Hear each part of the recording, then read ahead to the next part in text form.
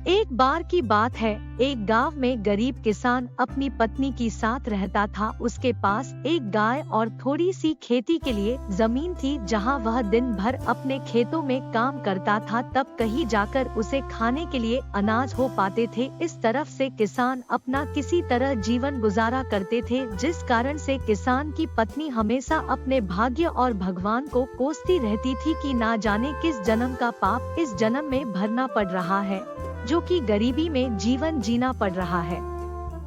पत्नी की बातों को सुनकर किसान मन ही मन खुद को और अपने भाग्य को कोसता रहता था कि न जाने कब उसकी किस्मत के भाग्य बदलेंगे। एक दिन की बात है, दोपहर का समय था। किसान खेतों से आकर अपने घर पर अपनी पत्नी के साथ खाना खाने जा रहा था कि इतने में एक साधु महाराज भिक्षा मांगते हुए उसके दरवाजे पर पहुँचे और भिक्षा मांगने लगे। तो इतने में किसान घर के बाहर आया और बोला, साधु महाराज, हम सभी पहले से इतने गरीब हैं और किसी तरह अपना जीवन गुजार रहे हैं, और ऐसे में हम आपको कहां से दान दें?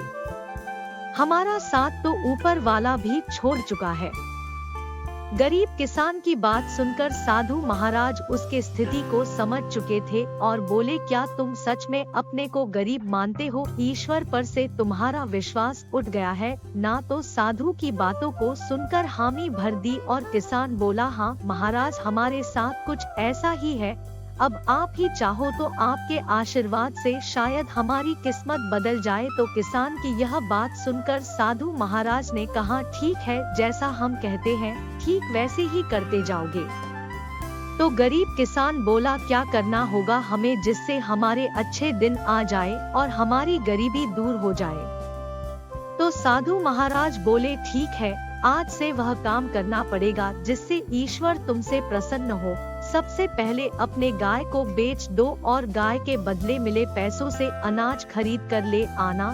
साधु की यह बात सुनकर किसान भौचक्का रह गया। उसके पास अपनी खेत की जमीन और एक यही गाय तो सहारा है, इसे भी बेच देगा तो फिर करेगा क्या? तो साधु उसे समझाते हुए बोले, अगर मेरे बताए हुए रास्ते पर चलने से तुम्हारा कुछ भी नुकसान होता है तो उसकी भरपाई मैं कर दूंगा। अब जो कहता हूँ वैसा करते जाओ। तो किसान फिर आधे अधूरे मन से डरते डरते अपनी गाय को बेच आया और उन मिले पैसों से खाने पीने का राशन ले आया। और फिर साधु के कहने पर किसान और उसकी पत्नी ने मिलकर भोजन तैयार किए, जिसके बाद वे राहगीर चलते हुए लोगों को बुलाने लगे और भगवान के प्रसाद के रूप में भोजन करने का आग्रह करने लगे। फिर जो भी उधर से गुजरता गरीब किसान उन्हें भरपेट भोजन कराते, जिससे राहगीर काफी खुश होते और फिर उन्हें इस नेक कार्य के लिए ढेर सारा आशीर्वाद और अपनी इच्छानुसार धन भी देते, जिससे वे फिर से मिले इन पैसों से लोगों को भोजन कराए।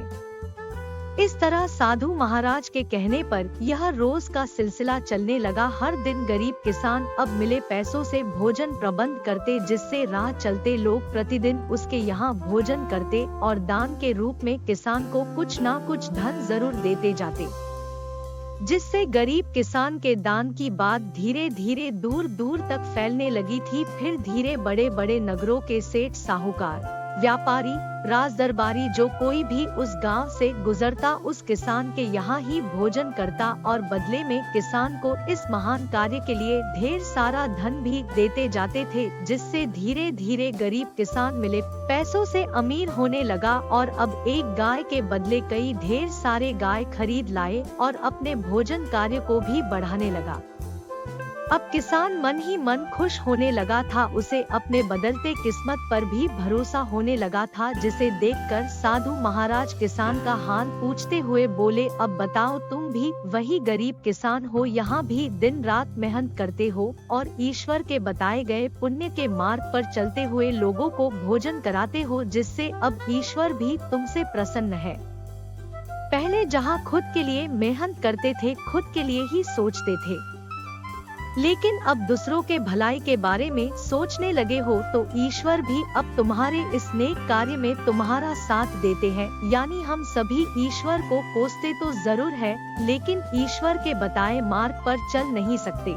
ईश्वर से पाने के लिए हर कोई इच्छा तो रखता जरूर है, लेकिन पहले ईश्वर के आशीर्वाद पाने के लिए खुद को वैसा बनाना पड़ता है, यानी हम जैसा करते हैं हमारे कर्मों के अनुसार ही हमारे भाग्य का निर्धारण होता है। साधु की यह बात को सुनकर किसान को अब समझ में आ गया था, अगर सच में जीवन में अमीर बनना है